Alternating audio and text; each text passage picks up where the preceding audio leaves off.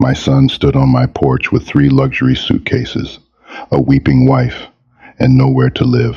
They just torched $700,000 on pure delusion, sold the roof over their heads to cover the bleeding, and now they expected to take mine.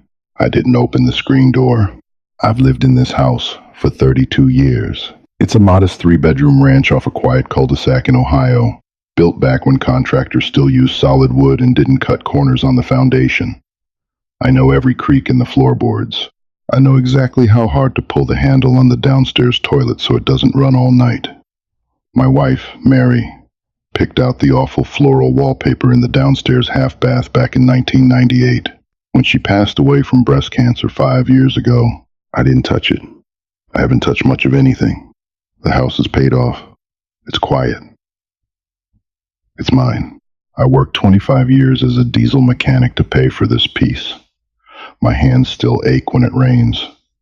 I spent my life fixing things that were broken, realigning gears, flushing out bad oil. But you can't fix a person who doesn't want to be fixed. And you sure as hell can't fix a fool who thinks he's a genius. That brings me to David. David is my youngest. Growing up, he was the kind of kid who took things apart just to see how they worked. Bicycles, toasters, the lawnmower. He was practical, grounded. He went to state college, got a degree in software engineering, and landed a job at a mid-sized tech firm straight out of school. For a while, he was doing everything right. He bought a starter home, a sensible little 2-bedroom bungalow. He drove a used Honda. He put money in his 401k. I was proud. I looked at him and thought, he made it. He's safe. Then he met Chloe. I didn't like her from the start. I'm not going to sit here and pretend I gave her a fair shake, because I didn't. The first time David brought her over for Sunday dinner, she looked around my living room like she'd just stepped in something foul.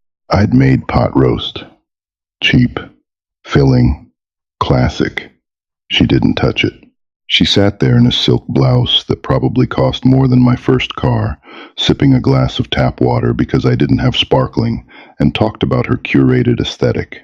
David's house is just so functional right now, she said, offering a tight, bloodless smile. We're going to elevate it, bring in some natural light, strip it down to the studs, give it a soul. I looked at David. He was staring at her like she was the sun. It's a nice house, Dave, I said, putting a piece of carrot in my mouth. It's a start, Dad, David replied, his voice defensive. It was the first time I'd heard him sound ashamed of what he had. They got married 14 months later. I paid for the rehearsal dinner. Chloe's parents, who were drowning in credit card debt but leased matching Mercedes, paid for the wedding. It was a $50,000 circus in a refurbished barn that smelled like horse manure and expensive perfume. The shift in David was immediate and absolute.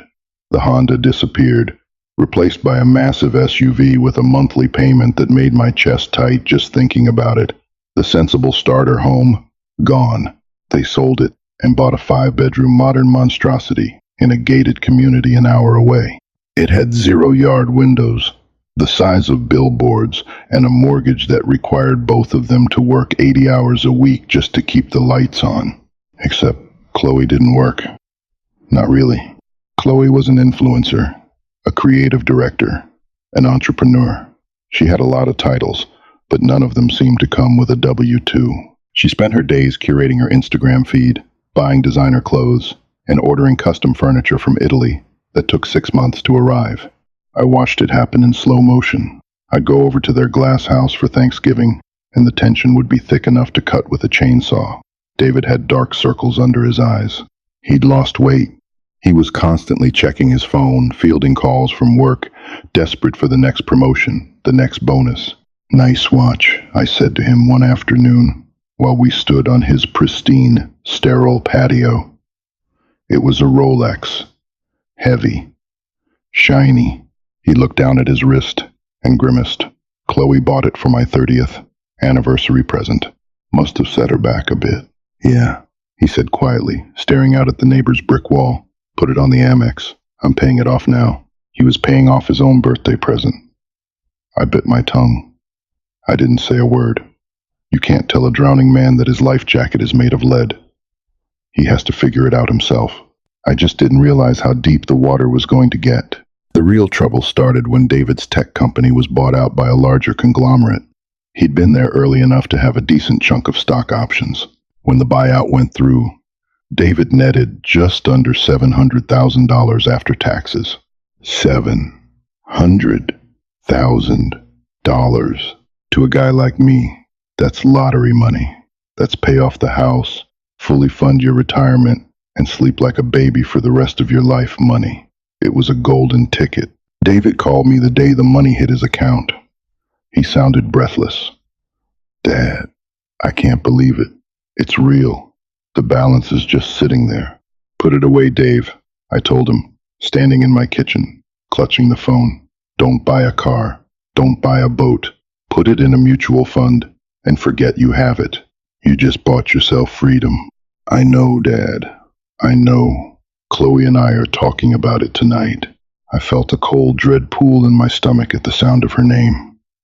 Chloe and I are talking about it. I knew, right then, that the money was already gone. It just hadn't left the account yet. Chloe had been complaining for months about feeling unfulfilled. Her social media following wasn't growing fast enough. She was tired of promoting other people's products. She wanted her own brand. She called it Lumina. It was supposed to be a high-end wellness and home decor boutique. Candles, organic linens, oversized ceramic vases that looked like they'd survived a mudslide. She didn't want to start online. That was beneath her vision. She wanted a brick-and-mortar flagship store in the most expensive shopping district in the city. A month after the buyout, David came over to my house alone.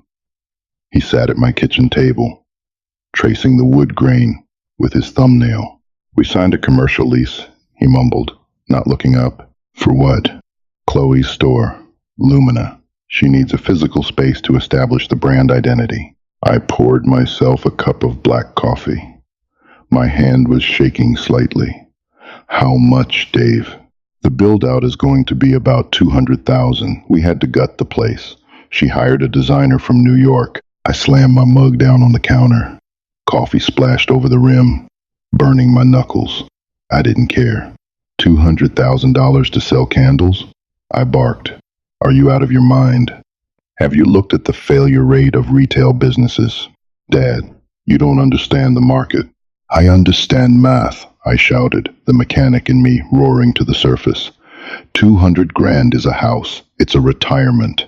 You're blowing it on drywall and track lighting for a store that has no customers. It's an investment in her future," he said, his voice hardening. "She believes in this, and I believe in her. I thought you'd be happy for us." He left. We didn't speak for 3 months. Over the next year, I watched Lumina hemorrhage money from afar. My daughter Sarah, who lived closer to them, kept me updated. The build-out didn't cost $200,000. It cost $350. Chloe insisted on imported terrazzo floors and custom brass shelving. Then came the inventory. Another $100,000. Then the marketing budget. The launch party alone cost $30,000, catered by a Michelin star chef, with a guest list full of people who drank the free champagne and bought absolutely nothing. The store opened, and it sat empty. People don't buy $200 linen throws from a brand they've never heard of. They don't buy $60 artisan soap when there's a recession looming. The operating costs were astronomical. The rent on the commercial space was $15,000 a month. Chloe was burning through cash like it was kindling. Instead of cutting her losses, she doubled down. She started running targeted ads. She hired a brand consultant for 10 grand a month. When the startup money ran dry, she panicked. But she didn't tell David right away. She took out a business loan using their house as collateral. By the time David found out, they were in the hole for another 200 grand. The total drain. Over $700,000 of cold, hard cash evaporated into the atmosphere. Gone. The collapse was brutal and fast. The business loan defaulted. The vendors sued for unpaid invoices. The commercial landlord locked them out of the space. David, desperate to avoid bankruptcy and keep his corporate job, which ran background and credit checks, had to make a choice. He sold the glass house. He sold it fast, below market value. just to liquidate the equity and pay off the debts Chloe had racked up. All the stock money was gone. The house equity was gone. They were left with nothing but the clothes in their closets and a pair of leased SUVs they could no longer afford. I didn't know the full extent of the devastation until a rainy Tuesday night in November. I was sitting in my recliner, watching a history documentary, nursing a cheap beer. The wind was howling, rattling the old windows of my living room. Then, the doorbell rang. I paused the TV. It was 9:30 at night. Nobody comes to my house at 9:30 at night unless someone is dead or in jail. I turned on the porch light and peered through the peephole. My breath caught in my throat. It was David.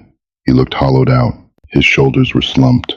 His hair was plastered to his forehead from the rain, and his eyes were red-rimmed. Standing next to him was Chloe. She was shivering, clutching her designer trench coat around her, holding an iced matcha latte in one hand. Even in the middle of a torrential downpour, she couldn't let go of the aesthetic. Flanking them were three massive, silver, hard-shell suitcases. Rimowa, probably. A couple grand a pop. I unlocked the deadbolt and pulled the door open. The cold air rushed in, bringing the smell of wet asphalt and dead leaves. "Dad," David said. His voice cracked. It was the voice of the 10-year-old boy who had just broken my favorite torque wrench and didn't know how to confess. "Dave, what's going on? You guys look half drowned." "Can we come in?" Chloe asked. Her voice wasn't asking. It was demanding. She pushed past David and stepped into my foyer, immediately shaking her wet shoes out on my antique Persian rug, the one Mary had bought at a flea market 30 years ago. I clamped my jaw shut and waved David inside. I closed the door against the storm. We moved into the living room. Chloe didn't sit down.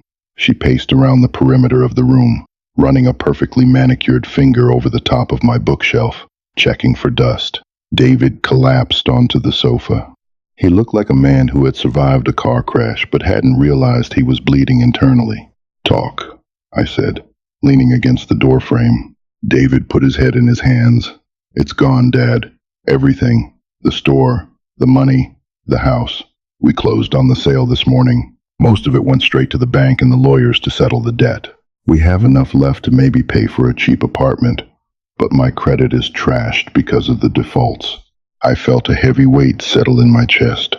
I knew it was coming, but hearing the words spoken aloud made it real. $700,000.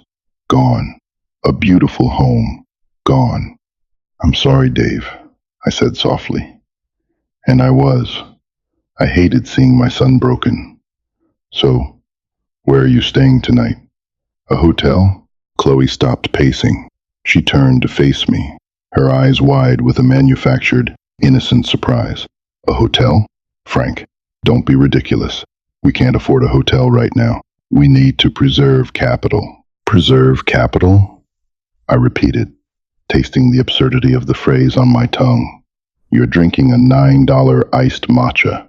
Chloe's eyes narrowed slightly, the mask slipping just a fraction. "It's a comfort item, Frank. I've had a very traumatic week. My business was stolen from me by a predatory landlord. You couldn't pay the rent, Chloe. That's not stealing. That's a lease agreement." "Dad, please," David interrupted, his voice pleading. "Don't. Not tonight. I can't take it." I took a deep breath and looked at my son. Okay, Dave. So, what's the plan?" Chloe stepped forward, suddenly stepping into the role of the energetic project manager. "The plan is to pivot. I'm transitioning Lumina into a fully digital consulting agency. But to do that, we need stability. We need a home base where we don't have to worry about overhead." She gestured expansively around my living room. "Your house is huge, Frank, and it's just you here. It makes perfect sense for us to move in. We brought our bags." Silence fell over the room. The only sound was the rain lashing against the window panes.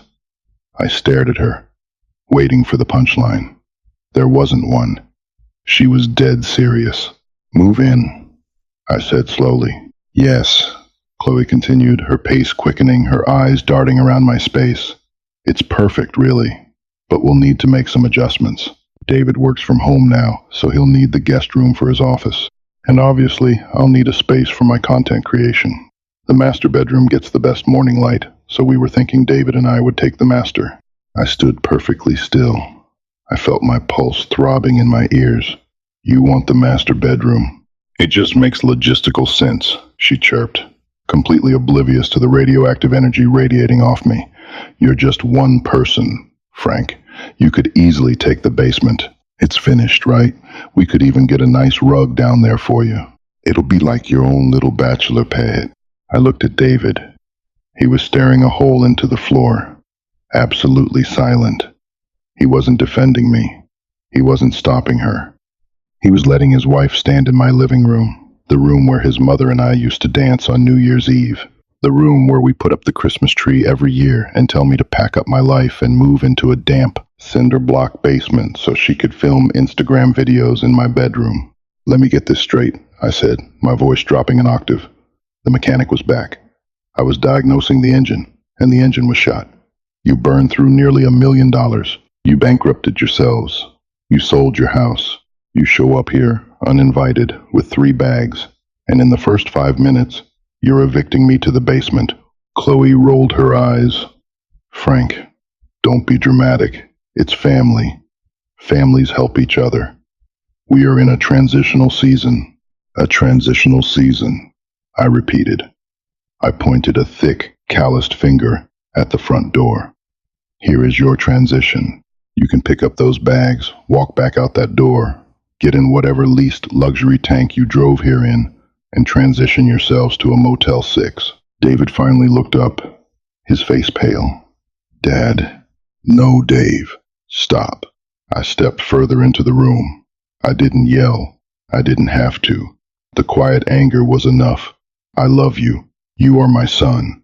If you came to me alone, broken, and needed a place to sleep, my door would be open. But I am not running a halfway house for bankrupt influencers, and I am sure as hell not moving into my own basement so your wife can pretend she's still rich on the internet. Chloe's face flushed a deep, ugly red. You are being incredibly toxic right now, she snapped. We have nowhere else to go. Then you better start dialing your parents, Chloe, I said, staring her down, because you're not staying here. My parents don't have the space. They downsized, she yelled, her composure finally cracking, revealing the spoiled, terrified child underneath. Sounds like a personal problem. I walked over to the front door and opened it wide. The rain was coming down harder now. The Motel 6 on Highway 9 is $50 a night. I suggest you get going before they book up. David stood up slowly. He looked at me, and I saw a flash of anger in his eyes, not at Chloe, but at me. You're really going to throw us out in the rain? Your own son? I'm not throwing you out, Dave. You never lived here. You don't live here now. I held my ground. My heart was breaking, cracking right down the middle, but I couldn't let them see it. If I gave them an inch, Chloe would take the whole damn house. We'll remember this, Frank. Chloe spat as she grabbed the handles of her expensive luggage, struggling to wheel them over the threshold. I hope you do, I said. David walked past me, pulling his collar up against the wind. He didn't say a word. He didn't look back. I watched them load those ridiculous silver bags into the back of a black Range Rover. I watched the tail lights fade into the rainy night. I closed the door. I locked the deadbolt. I walked into the kitchen, poured my cold coffee down the sink, and stood in the quiet of my own home. It was peaceful. But for the first time in 32 years, it felt utterly, terrifyingly empty. The winter came early that year. By the second week of December, the Ohio sky had turned the color of wet cement, and the frost on the grass crunched like broken glass under my heavy work boots. I spent most of my time in the garage. I'd bought a beat-up 1984 Ford F-150 off a buddy down the street. The engine block was cracked, the transmission slipped, and the interior smelled like stale cigarettes and wet dog. It was a complete disaster. It was exactly what I needed. I spent hours out there with a space heater blasting, my hands covered in grease, stripping the engine down to its bare bones. It kept me from looking at the phone. I hadn't heard from David since the night I threw him and his wife out into the rain. My daughter, Sarah, came over on Sundays. She was a physical therapist, practical to a fault, married to a high school history teacher. They had 2 kids, a chaotic house, and a mortgage they could afford. She was my lifeline to the outside world, and more importantly, my only source of information on her brother. They lasted 2 nights at the Motel 6, Sarah told me one afternoon, leaning against the hood of the Ford, holding a mug of black coffee. She was wearing a thick wool sweater, her breath pluming in the frigid air of the garage. I paused, a socket wrench heavy in my hand. I wiped a streak of oil off my forehead with the back of my wrist. Where'd they go? A short-term rental. A studio apartment in the industrial park over by the old rail yard. It's tiny, Dad. No dishwasher. Bars on the windows. David's still working remotely, taking his Zoom meetings from a folding table next to the toilet. I grunted, turning back to the alternator. And Chloe, how's the transitional season treating her? Sarah offered a dry, humorless chuckle. She's losing her mind. She tried filming one of her morning routine videos in the new place. The comments tore her apart. People noticed the peeling linoleum. She had a full-blown meltdown and deleted her account for 3 days. Good. Maybe reality will finally sink in. Dad, Sarah said softly. Her voice carried that familiar tone of reprimand that she'd inherited straight from her mother. He's miserable. He looks terrible. He asked about you. I froze. I didn't turn around. I stared into the metallic guts of the truck, focusing on the intricate network of wires and hoses. If he wants to talk to me, he knows my number. I didn't change the locks, Sarah. I just set a boundary. He's too ashamed, she said. He knows you were right, but he's in so deep with her. He thinks if he just works harder, if he just gets another promotion, he can buy his way back into her good graces. You can't buy respect, I muttered, finally throwing the wrench onto the workbench with a loud ringing clatter. And you sure as hell can't buy love from a woman who only loves the zip code. Sarah didn't argue. She knew I was right. We drank our coffee in silence, listening to the rhythmic, ticking heat of the space heater. The holidays came and went. I spent Christmas Eve at Sarah's house, surrounded by tearing wrapping paper, screaming toddlers, and the smell of roasting turkey. It was loud. It was chaotic.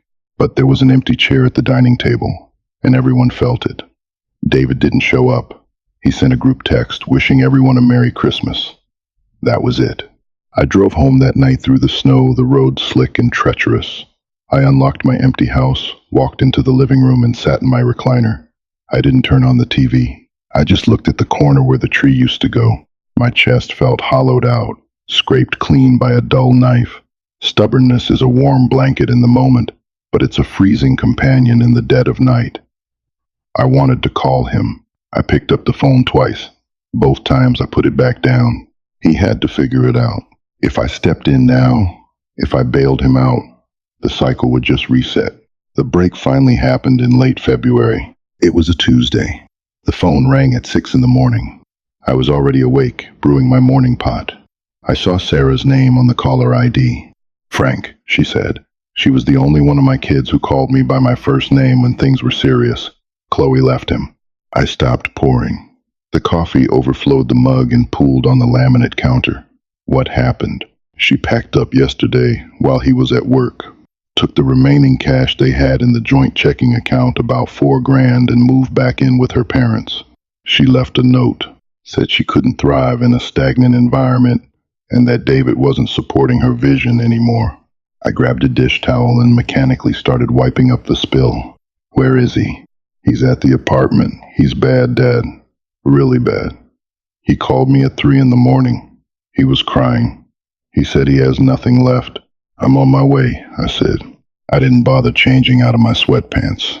I threw on my heavy winter coat, grabbed my keys, and fired up my daily driver. The drive across town took 40 minutes in the morning traffic. The industrial park was exactly as Sarah had described. Grim, gray, and forgotten. Potholes the size of craters dotted the asphalt parking lot. I found Building C, walked up a flight of concrete stairs that smelled like old urine and bleach, and knocked on door 204. Silence. I banged harder. Dave, open the door. It's your old man. I heard the scraping of a deadbolt. The door cracked open, and I stepped inside. The apartment was suffocatingly small. A single dingy window looked out over a brick wall. There was a mattress on the floor covered in tangled sheets. A laptop sat open on a cheap card table, the screen glaring brightly in the dim room. The place smelled of stale takeout and defeat. David stood in the center of the room. He was wearing the same clothes he'd probably slept in. His hair was greasy. His eyes were completely vacant, ringed with heavy, bruised-looking circles. He had aged 10 years and 5 months.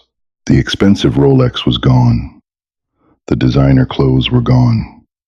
All the polish, all the arrogance of the tech bro millionaire had been completely stripped away. He looked exactly like the 10-year-old boy whose bicycle chain had snapped miles from home.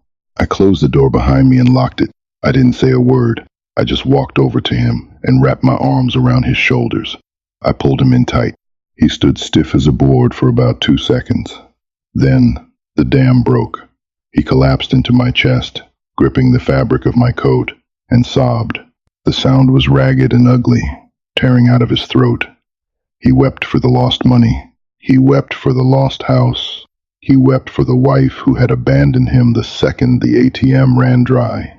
Most of all, he wept for the sheer, suffocating humiliation of it all. "I lost it, Dad," he choked out, his face buried in my shoulder. "I lost everything. I'm empty. I have nothing." "I know, son," I said quietly, rubbing my heavy, calloused hand firmly against his back. "I know." We stood there for a long time.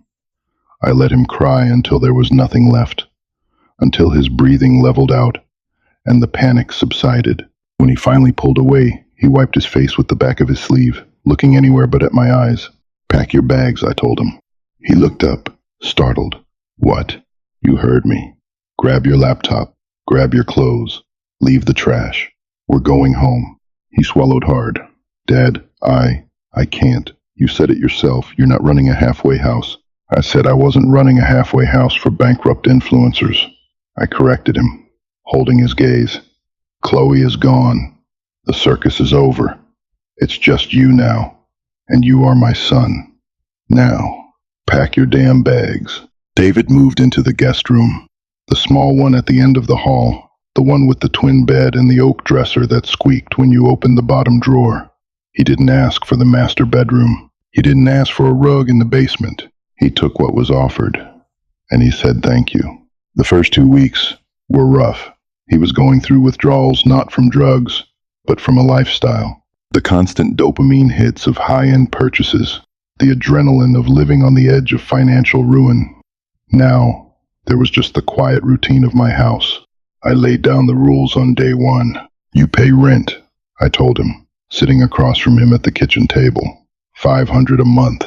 It's below market, but it's enough to sting. You buy your own groceries.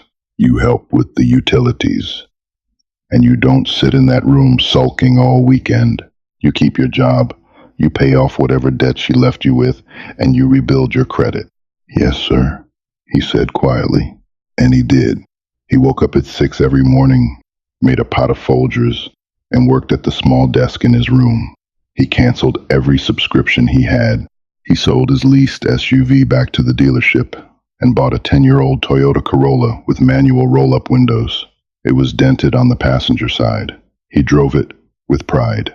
But the real healing didn't happen in the house. It happened in the garage. It started on a Saturday in late March. The frost was finally breaking, the air turning soft and smelling of wet soil. I was under the hood of the '84 Ford, fighting a rusted alternator bolt that refused to budge. I was swearing loudly, my knuckles scraped and bleeding. The garage side door creaked open. David stood there, wearing a pair of old jeans and a faded college t-shirt. He watched me wrestle with the wrench for a minute. "You're coming at it from the wrong angle," he said. I stopped. I wiped the grease off my face and glared at him. Excuse me? You're putting torque on the head, but the threading is seized. You need penetrating oil, and you need to hit it from underneath, behind the bracket. He walked over to my workbench, scanned the disorganized pile of tools, and picked up a can of WD-40 and a cheater bar. He handed them to me. I looked at the tools, then looked at him. You want to get under there? He hesitated, looking down at his clean hands. Then he shrugged. Yeah, okay. He grabbed a piece of cardboard, slid under the front bumper of the truck, and went to work. For the next 3 hours, we didn't talk about Chloe. We didn't talk about the $700,000. We talked about gear ratios, spark plug gaps, and the beautiful, simple logic of a combustion engine. You see this? I said, holding up a filthy, clogged carburetor. This is what happens when you don't maintain the foundation. You pour premium gas into this. It doesn't matter. The engine chokes. It dies. You have to strip it down, clean out the gunk, and rebuild it piece by piece. David was wiping his hands on a shop rag, his face smudged with black grease. He looked at the carburetor. He wasn't stupid. He caught the meaning. Takes a long time to clean out the gunk, he said softly. Yeah, it does, I agreed, setting the part down on the bench. But once you do, it runs better than it ever did, because you know exactly what's inside it. We spent the entire spring and summer in that garage. We rebuilt the engine block. We replaced the transmission. We sanded down the rust spots on the body and primed them. As the truck came back to life, so did David. The hollow look in his eyes slowly faded, replaced by a quiet, steady resolve. The manic anxiety of his corporate job seemed to lose its grip on him. He still worked hard, but he stopped answering emails at 11 o'clock at night. He started reading books again. He started eating the pot roast I made on Sundays, asking for seconds. He received the final divorce papers in August. He signed them on the kitchen island, sitting on one of the wooden bar stools. Chloe didn't fight for alimony. She was already dating a real estate developer twice her age who lived in Miami. She got exactly what she wanted, a new wallet. David put the pen down, folded the papers, and slid them into an envelope. He didn't cry. He didn't look angry. He just looked tired. It's over, he said. I was standing at the sink, washing coffee mugs. I turned the water off and dried my hands. How do you feel? He stared out the kitchen window at the backyard. The leaves on the oak tree were just starting to show the faintest hint of autumn gold. Lighter, he finally said. Like I was carrying a boulder up a hill for 3 years, and I finally just let it go. It's an expensive lesson, Dave, I said, walking over and sitting across from him. Maybe the most expensive lesson a man can learn. 700 grand, he whispered, shaking his head. I could have retired at 50. I could have bought this house from you. I blew it on candles and fake marble floors. You blew it on an illusion, I corrected him. You thought money could buy happiness, and when it didn't, you thought more money would fix it. It's a trap a lot of men fall into. You're just lucky you fell into it at 30, and not 60. He looked at me, a genuine, albeit small, smile touching the corners of his mouth. You think I'm lucky? I think you're alive, I said. I think you have a good job. I think you have a roof over your head. And I think you finally know how to change a spark plug without crying about it. He laughed, a real deep laugh. It was the best sound I'd heard in this house since Mary passed. In October, the Ford F-150 was finally finished. We hadn't painted it yet. It was a patchwork of primer gray and faded blue, but the engine purred like a massive iron tiger. I tossed David the keys on a brisk Saturday morning. Take it for a spin. Go see how she runs. He caught the keys, surprised. By myself? I'm getting old, Dave. My back hurts, and that bench seat has 0 lumbar support. Go on, get out of here. I stood in the driveway and watched him climb into the cab. The engine roared to life on the first turn of the key, a deep, throaty rumble that shook the pavement. David rolled down the manual window, stuck his arm out, and gave me a thumbs up. He shifted into drive. and the truck pulled away, heading down the cul-de-sac. I watched the taillights disappear around the corner. The house behind me was quiet. It was still mine. It was still safe. But it didn't feel terrifyingly empty anymore. David had a long road ahead of him. He had debts to clear, savings to rebuild, and a whole lot of trust to earn back from himself. Mostly, he would never see that $700,000 again. That money was gone, burned up in the atmosphere of vanity and greed. But as I stood in the driveway, listening to the fading rumble of an engine we had rebuilt from the ground up, I knew something else to be true. He lost a fortune, but he got his life back. And I got my son back. And to a guy like me, that's lottery money. If this story hit close to home, or if you know someone who needs to hear the hard truth about money, family, and boundaries, hit that like button right now. Share this with a friend who's dealing with their own toxic relationships, and don't forget to subscribe to the channel for more grounded, real-life stories that cut through the noise. Drop a comment below. Would you have let them move in, or would you have locked the door? Let me know.